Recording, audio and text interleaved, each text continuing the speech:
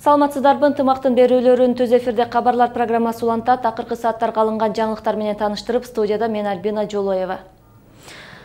Ош шаарындагы Жапалак айыл өкмөтүнө газ куурлары тартылып көгүлтүр от берилди.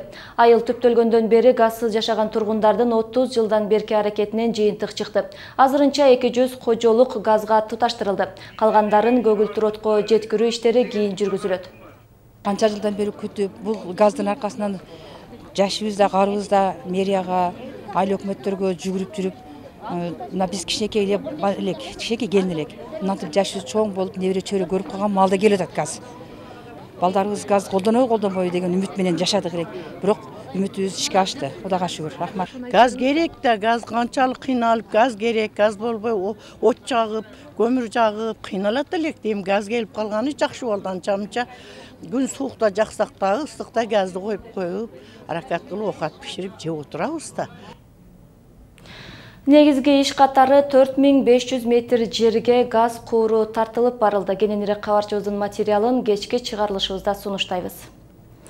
Кыргыз-Тажик чек арасындагы Карамык тозотунда кызмат өтөп жатып, 23 августта дайынсыз жоголгон жоокер дагы эле изделүүдө. Чек арачылар алгач жоокер кезметке чыккан учурда жоголгонун билдиришкен. Кийинчерээк жоокердин аңуулоого чыгып жоголгону белгилүү болгон. Бирок жоголгон жоокердин ата-энеси баласынын табылбай жатканына жетишерлик көңүл бурулбай жатканын айтышат. Өкмөт башчылары жакшыраак көңүл бурганда бул күнгө чейин бир дайыны табылуусу керек эле дешет. Бул иш боюнча бир канча жерге кайрылган менен жыйынтык чыкпай атат деп тынчсызданышууда. Эскерте кетсек, жоголгон жоокер 2014-жылдын күзүнөн бери Ош чек ара отрядына караштуу Карамык тозотунда кызмат өтөп жаткан. Анын жоголгонуна 1 ай болду. Баламдын жоголгонуна 1,5 ай болду зат. Ушуга чейин бир жыйынтык чыкпай атат да. Эми кандай кимден күнөө бул пока чечилди. Эми биз бардык мамлекеттик эмелерге кайрылып атабыз. Сотко, прокуратура, военлер издеп атабыз деп бизди азыр ушундук кичинеме кылып атат да. Дагы эле издөө жүрүп атат деген эмелерди айтып атат. Кантип жүрүп атат билбейм. Күнөөлүүлөр кээ бири бош жүргөндөй сезилип атат. Парламенттик шайлоого байланыштуу 5-октябрь Ош шаарынын күнүн белгилөө 29-октябрга жылдырылды. Бул туурасында Ош шаардык мэриясынын маалыматтык кызматы билдирди. Мындай жарлыкка Ош шаарынын мэри Айтмамат Кадырбаев кол койду. Шаар күнүн өткөрүү боюнча бүгүнкү күндө мэрия тарабынан бардык даярдыктары жүрүп жатат. Алардын маалыматында шаар күнүн быйыл өзгөчө өткөрүү максатында адистердин кеңеши менен атайын сценарий иштелүүдө. Бул күнү жаңы курулуштар, социалдык объектилердин ачылышы болорун кошумчалашты. Ош шаарында ички жолдорду оңдоп түзөө иштери 20 октябрга чейин бүткөрүлөт. Бүгүнкү күндө асфальт төшөлө элек 3 чакырым жол калды. Наваи көчөсүндөгү оңдоо иштери бүгүн эртең пайдаланууга берилүү алдында турат. Масалиев проспектисинде жана Ак Тилек кичи районунда асфальт басуу бүтүп калды. Ал эми Абдыкадыров көчөсүндө оңдоо иштери эми башталып жатат. Темага кененирээк Мээрим Жакыпова токтолот. Транспорт жана коммуникация министрлиги тарабынан шаар ичиндеги жолдорду оңдоо тууралуу токтом кабыл алынган. Анын негизинде июнь айынын башынан жол куруу иштери башталган. Жалпысынан 7 чакырымга жакын жол оңдоп түзөөдөн өтүш керек. Учурда 4 чакырымы бүтүп калды. Ушул Ош шаарынын 4 көчөсүн оңдоо каралган. Анын ичинде Наваи көчөсү бар. Наваи көчөсү 2 километр 420 метр. Масалиева көчөсү 1 километр 900 метр. Бул Масалиева көчөсүнүн 2 жол, бул 2 полоса болот, разделитель полоса, каналдын бул жагын 1 полоса, нар жагында 2 полоса, 9 метрден.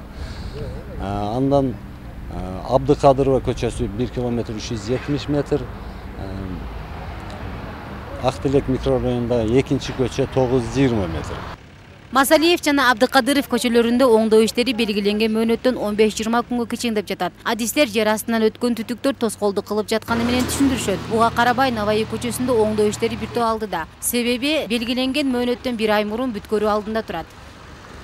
Турган объект Ош шаарындагы Наваи көчөсүнүн реконструкциясын көрүп турасыңар. Бул көчөнүн жалпы узундугу 2 км 420 метр. Азыркы күндө иш 12 августта башталып 30 октябрга бүтүрүшүбүз керек. Бирок биз азыр 12 августта баштап мына жолдун негизги биринчи слоюн толук бүтүрдүк.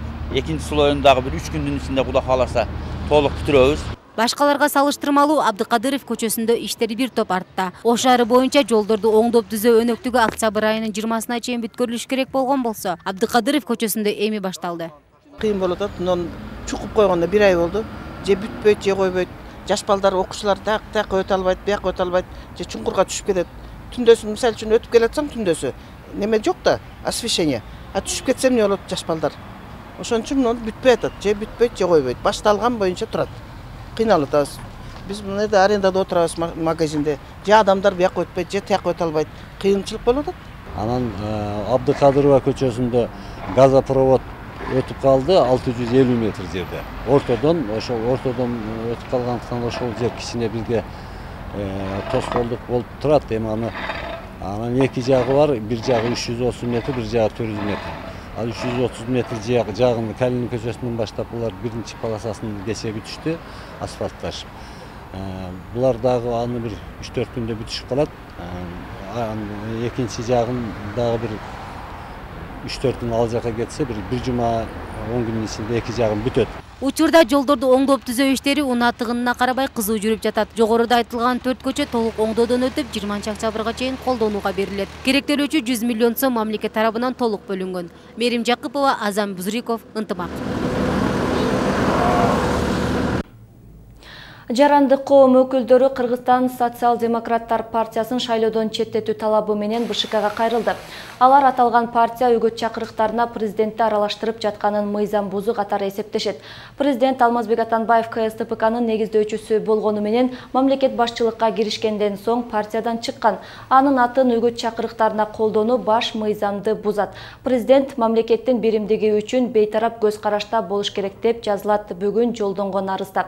Ага 21 адам кол койгон. КСДПКнын президентти колдойлу деген жарнамалары 28 сентябрдан тарта илине баштаган. Партиянын Бишкектеги штабынан мамлекет башчы КСДПКны менин партиям деп ачык эле айтып жүргөндүктөн муну үгүткө колдонуп жатканын билдиришти. Бул маселеге чара көрүүнү суранып Азаттык партиясы да БШКга кайрылган. Азырынча БШК буга комментарий бере элек. Жогорку кеңешке шайлоо 4 октябрда өтөт, ага 14 партия атсалышууда. Парламенттик шайлоого байланыштуу Кыргызстандын аймагында 1 октябрдан 6 октябрга чейин милиция күчөтүлгөн тартипте иштейт. Ички иштер министрлигинен Азаттыкка билдиришкендей, күч кызматкерлерине элдик кошун өкүлдөрү көмөктөшөт. Жол кайгыл кызматкерлери да коопсуздукту көзөмөлдөөнү жүргүзүшөт.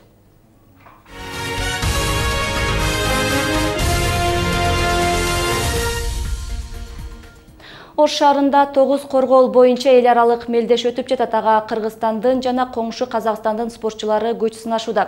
Өспүрүмдөр арасында өтүп жаткан мелдеште жалпысынан 16 команда беттешет.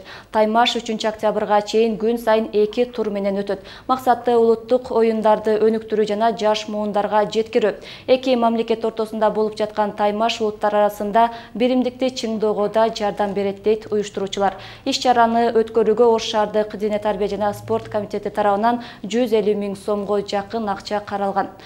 Мелдештин соңунда жеңүүчүлөргө баалуу сыйлыктар, ардак грамоталар тапшырылат. Оюндун жыйынтыгы боюнча жекелик анан тышкары жааттык командалык болуп берилет. Жекеликке 9 коргол деп 9-орунга чейин койдук. Ал эми командалыкта 1-3 чейинди койдук. Анын баарын спорт комитети тарабынан жабуу аземине келип өздөрү тапшырып кетишет. Бул сиздерге жеткирип үлгүргөн акыркы кабарлар болду. Ушул жана башка жаңылыктар Ынтымак сайтында да жайгаштырылган. Маалыматтар менен кененирээк Ынтымак ЧК сайтынан тааныша аласыздар.